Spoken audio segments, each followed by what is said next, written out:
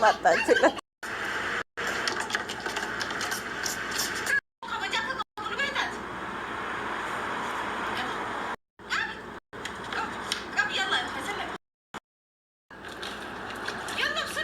አውዝ ቢላሂ እውነትም ስህር አሰርታበታለች የተባለው እውነት ነው። ይሄ እንጨት ለሐውላ ቁወተ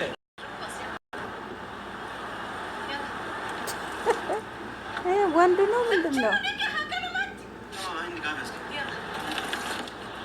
ኧረ ወደቀ። ለሐውላ ቁወተ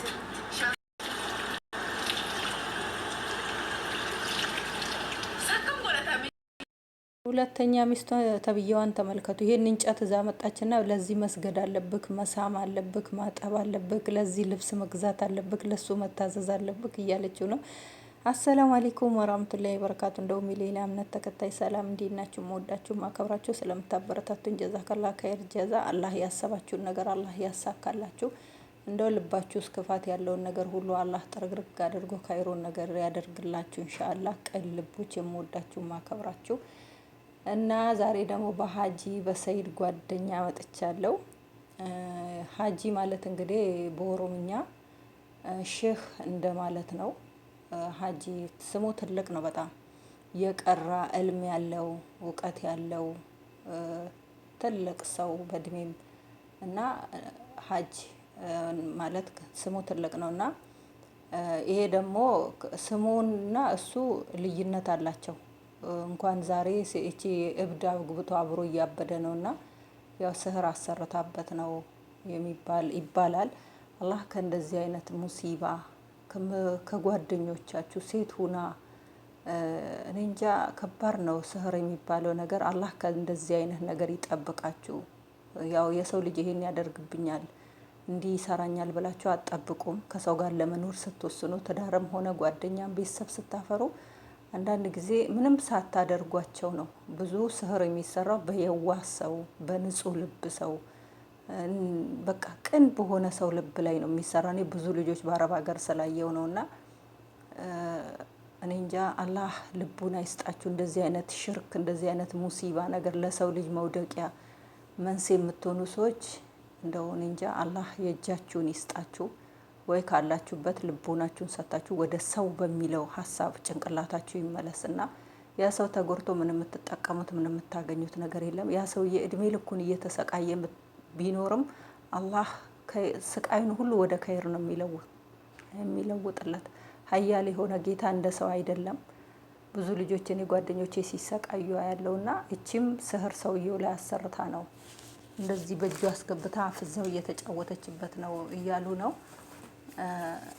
እና እንግዲህ ይሄ እንጨት አምጣ ለዚህ መስገድ አለብክ፣ ለዚህ ይሄንን መሳም አለብክ፣ ሳም እያለች በጥፊ እየመታችው ለሐውላ ቁወተ ኢላ ቢላ።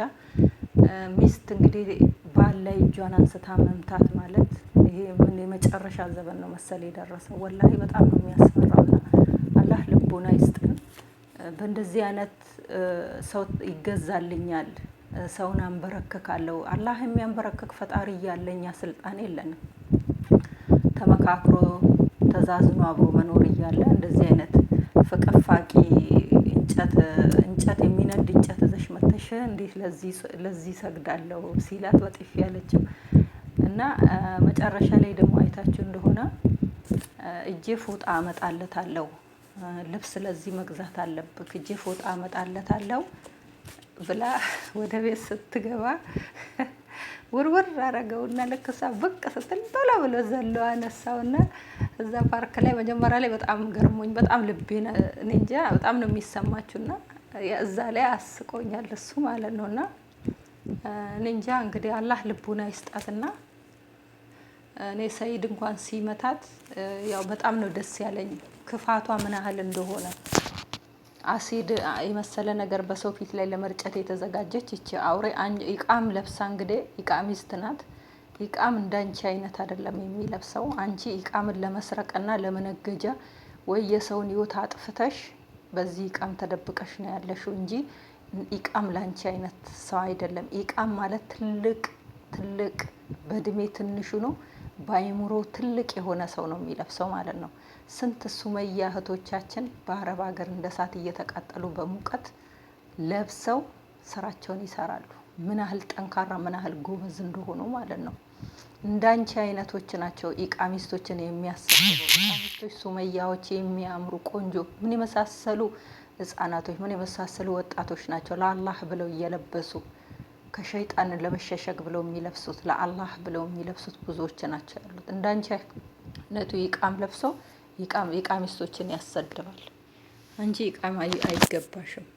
እኔ እንደው የሆነ እኔ የመጀመሪያ ሚስቱን ብሆን ያቺ የመጀመሪያ ሚስቱ እንደው ካሜራ ደቀና የሆነ ነገር ይዛ ፊቷን ክፍት አድርጋ እዛ ካሜራ ላይ ነበር ማዋረድ ማለት ነው። እቺ ለምን ኢቃሚስት ብላ ኢቃም ውስጥ ተደብቃ ኢቃሚስቶችን የምታሰድብ? ኢቃሚስቶች እንደዚህ አይነት ሽርክ እንደዚህ አይነት ቆሻሻ ነገር አይሰሩም። ለእንጨት አይሰግዱ።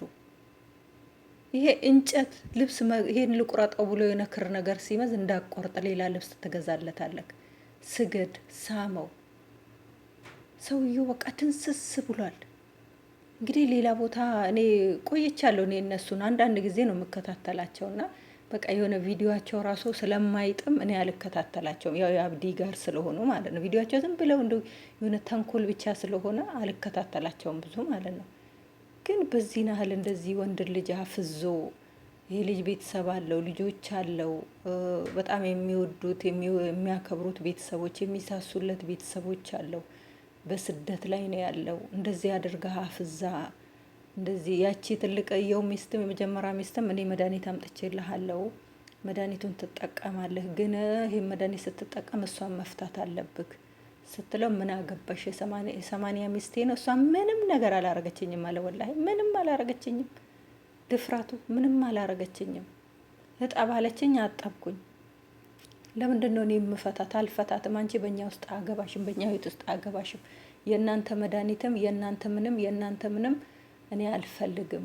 እኔ አላህ እንደፈለገው አድርጎ ይግደለኝ እንጂ በእናንተ ምክንያት በእናንተ መድኃኒት መሞት አልፈልግም። ወላሂ እየገደለችክ ያለችውማ ቃስ በቃስ ይቺ ናት። ጨርቅክን ጥለክ ጎዳና ላይ እንድትወጣ ራቆትክን እያረገች ያለች ሚስትህ ናት።